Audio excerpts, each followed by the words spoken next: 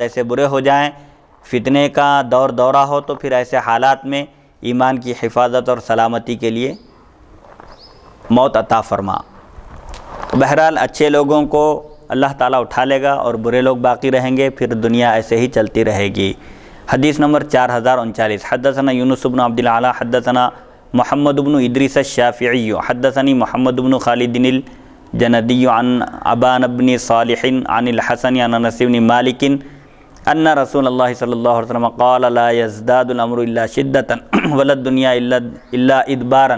ولا الناس الا شحا ولا تقوم الساعة الا على شرار الناس ولا المہدی الا عیسی ابن مریم۔ انس بن مالک رضی اللہ عنہ سے روایت ہے کہ رسول اللہ صلی اللہ علیہ وسلم نے ارشاد فرمایا، معاملہ شدت کے اعتبار سے بڑھتا جائے گا، جیسے جیسے زمانہ آگے بڑھتا جائے گا نیک لوگ رخصت ہوتے چلے جائیں گے اور معاملے میں شدت آتی جائے گی، فتنے رونما ہوں گے اور حالات بہت بگڑتے چلے جائیں گے، اور دنیا صرف ادبار کی طرف جائے گی، یعنی دنیا کا صرف زوال ہی ہوتا جائے گا، ترقی کے کوئی آثار باقی نہیں رہیں گے، اور لوگ بخالت میں بڑھتے چلے جائیں گے، لوگوں کے اندر سخاوت نہیں ہوگی۔ جیسے جیسے دن گزرتے جائیں گے، زمانہ آگے بڑھتا جائے گا، بخالت بھی بڑھتے چلے جائے گی، لوگ مال خرچ کرنے کے لیے پیچھے ہٹیں گے، اللہ کی راہ میں بھی خرچ نہیں کریں گے، اور اپنے بھائیوں کی اور عزیز و اقارب کی مدد کرنے کے لیے بھی آگے نہیں بڑھیں گے، بخالت بھی دن بدن بڑھتی چلے جائے گی، اور قیامت صرف برے لوگوں پر ہی قائم ہوگی۔ جب زمین پر کوئی بھی اللہ اللہ کہنے والا نہیں ہوگا، اس وقت قیامت آئے گی، قیامت نیک لوگوں پر قائم نہیں ہوگی، برے جو بدترین لوگ ہوں گے ان پر قیامت قائم ہوگی، اور مہدی تو صرف عیسیٰ ابن مریم ہوں گے۔ یہ اس حدیث شریف میں مہدی علیہ السلام کی نفی نہیں ہے، امام مہدی تشریف لائیں گے اور لوگوں کی رشد و ہدایت کا فریضہ انجام دیں گے، پوری دنیا کو عدل و انصاف سے بھر دیں گے، ظلم و ستم کا خاتمہ کر دیں گے۔ غالباً اس حدیث شریف میں اس بات کی طرف اشارہ ہے کہ حضرت مہدی کے وفات کے بعد، آپ کے انتقال کے بعد، حضرت عیسیٰ ابن مریم علیہ السلام حیات رہیں گے، آپ ہی مخلوق کی رہنمائی فرمائیں گے، رشد و ہدایت کا فریضہ انجام دیں گے، بندگان خدا کی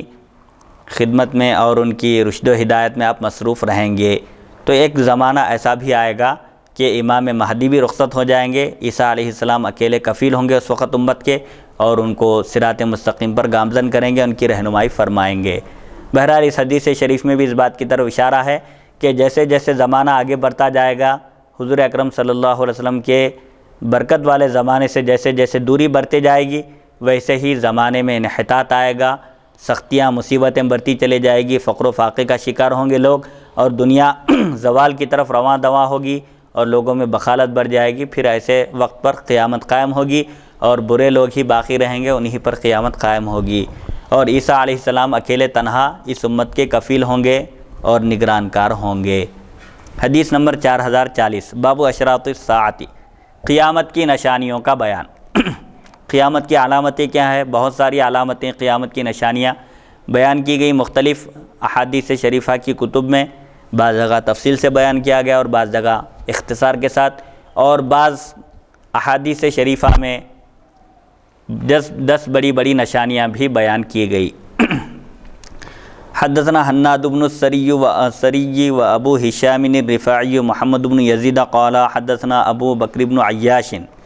حدثنا ابو حسین عن ابی صالح عن ابی ہریرہ قال قال رسول اللہ صلی اللہ علیہ وسلم بعثت انا والساعة کہاتین وجمع بین اصبعیہ۔ ابو ہریرہ رضی اللہ عنہ سے روایت، انہوں نے فرمایا رسول اللہ صلی اللہ علیہ وسلم نے ارشاد فرمایا، مجھے اور قیامت کو ان دونوں کی طرح بھیجا گیا، اور آپ نے اپنے دونوں انگلیوں کو جمع کیا، یعنی حضور اکرم صلی اللہ علیہ وسلم نبی آخر الزماں ہیں، آپ کے بعد قیامت تک اب کوئی نبی اور رسول آنے والے نہیں ہیں، آپ ہی آخری نبی ہیں، آپ کے بعد پھر قیامت ہے۔ حضور صلی اللہ علیہ وسلم نے اپنی دونوں انگلیوں کو جمع کر کے بتایا، یعنی اس طرح مجھے اور قیامت کو بھیجا گیا ہے، اتنا فاصلہ ہے۔ بعض لوگوں نے کہا کہ 2 انگلیوں کے درمیان جتنا فاصلہ ہوتا ہے وہ قرب مراد ہے، یہاں پر فاصلے سے مراد قرب ہے کہ حضور اکرم صلی اللہ علیہ وسلم کی بعثت مبارکہ کے بعد قیامت دور نہیں ہے، پھر بھی 1400 سال کا عرصہ گزر چکا ہے۔ یہ قرب قیامت مراد ہے کہ حضور اکرم صلی اللہ علیہ وسلم آخری نبی ہیں، اب آپ کے بعد کوئی اور نبی آنے والے نہیں ہیں، آپ ہی کی شریعت قیامت تک چلنے والی ہے، اسی پر گامزن رہنا ہے اور دین اسلام ہی کی سب کو دعوت دینا ہے۔ اور حضور اکرم صلی اللہ علیہ وسلم نے قیامت کی نشانیاں بتائی کہ قیامت زیادہ دور نہیں ہے، بہت جلد قیامت آنے والی ہے، اسی لیے اس کی تیاری کرنا چاہیے۔ حدیث نمبر 4041، حدثنا ابو بکر بن ابی شیبہ حدثنا وکیع عن سفیان عن فرات القزازی عن ابی الطفیل عن حذیفہ بن اسید قال اطلع علینا النبی صلی اللہ علیہ وسلم من غرفۃ ونحن نتذاکر الساعة فقال لا تقوم الساعة حتى تكون 10 آیات الدجال والدخان وطلوع الشمس من مغربها۔ ابو الطفیل رضی اللہ عنہ ابو حذیفہ بن اسید رضی اللہ عنہ سے روایت کرتے ہیں، آپ نے فرمایا نبی کریم صلی اللہ علیہ وسلم نے حجرہ مبارکہ سے ہم کو جھانک کر دیکھا اس حال میں کہ ہم قیامت کا ذکر کر رہے تھے۔ صحابہ مسجد نبوی صلی اللہ علیہ وسلم میں بیٹھ کر قیامت کا ذکر کر رہے تھے، آپس میں مذاکرہ چل رہا تھا، گفتگو چل رہی تھی۔ حضور صلی اللہ علیہ وسلم بھی وہ گفتگو حجرہ مبارک کے اندر سے سماعت فرما رہے تھے۔ آپ نے حجرے سے باہر جھانک کر دیکھا اور فرمایا صحابہ سے کہ قیامت قائم نہیں ہوگی یہاں تک کہ 10 نشانیاں وجود میں آئیں، ظاہر ہو جائیں۔ دجال، دھواں اور سورج کا مغرب سے نکلنا، 10 بڑی بڑی نشانیاں بتائی گئی۔ اس حدیث شریف میں اختصار سے صرف 3 نشانیوں کا ذکر کیا گیا، دیگر احادیث شریفہ میں بلکہ آگے غالباً 10 وہ نشانیوں کا ذکر آئے گا۔ یہاں پر آپ نے بیان کیا کہ جب تک دجال ظاہر نہ ہو اس وقت تک قیامت نہیں آئے گی، اور ایک دھواں نکلے گا اور سورج مغرب سے نکلے گا، مشرق سے طلوع ہونے کے بجائے سورج مغرب سے نکلے گا۔ یہ سب سے بڑی نشانیاں ہیں، اور جب سورج مغرب سے نکلے گا تو توبہ کا دروازہ بند ہو جائے گا، کوئی توبہ کرے گا تو توبہ قبول نہیں ہوگی، کوئی ایمان لائے گا کافر تو اس کا ایمان بھی قابل قبول نہیں ہوگا۔ سورج مغرب سے نکلنے سے پہلے یہ پوری تیاری کرنا چاہیے۔ اور دجال کے بارے میں بھی حضور اکرم صلی اللہ علیہ وسلم نے آگاہ کر دیا اپنی امت کو کہ دجال خدائی کا دعویٰ کرے گا، اور حضرت نوح علیہ السلام سے لے کر حضور اکرم صلی اللہ علیہ وسلم، حضرت عیسیٰ علیہ السلام تک جتنے انبیاء تشریف لائے سب نے اپنی امت کو دجال کے فتنے سے آگاہ کیا، باخبر کیا، اور وارننگ دی کہ دجال کے فتنے سے آگاہ رہو، محفوظ رہو، اپنے ایمان کی حفاظت کرو۔ سب نے اپنی امتوں کو دجال کے فتنے سے ڈرایا۔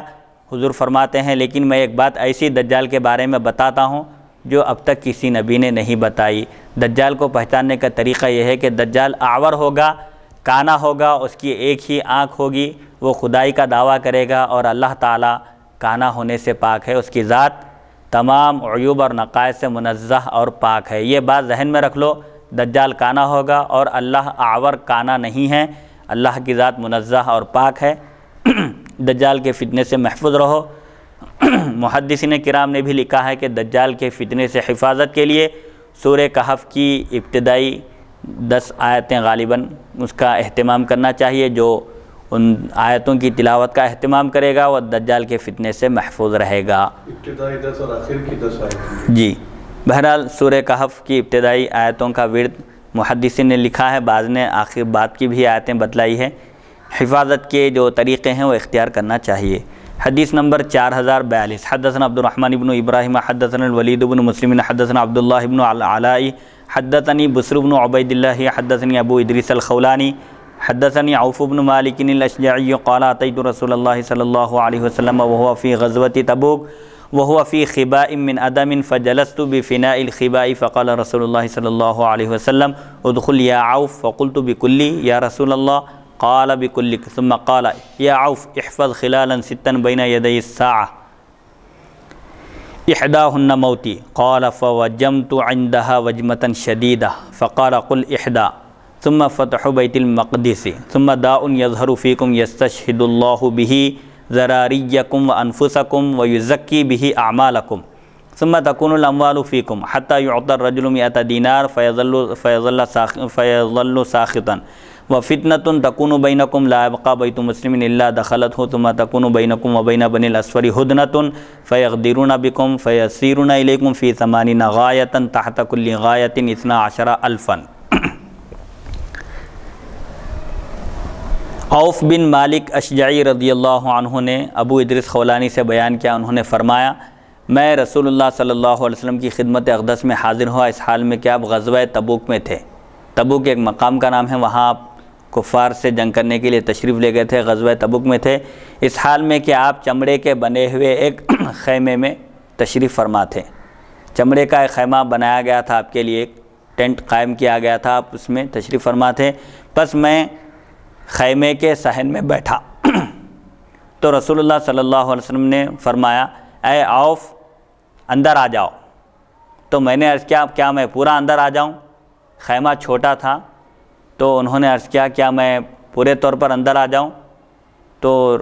رسول اللہ صلی اللہ علیہ وسلم نے فرمایا ہاں تم پورے طور پر اندر آ جاؤ۔ حضور صلی اللہ علیہ وسلم خیمے میں تشریف فرما تھے،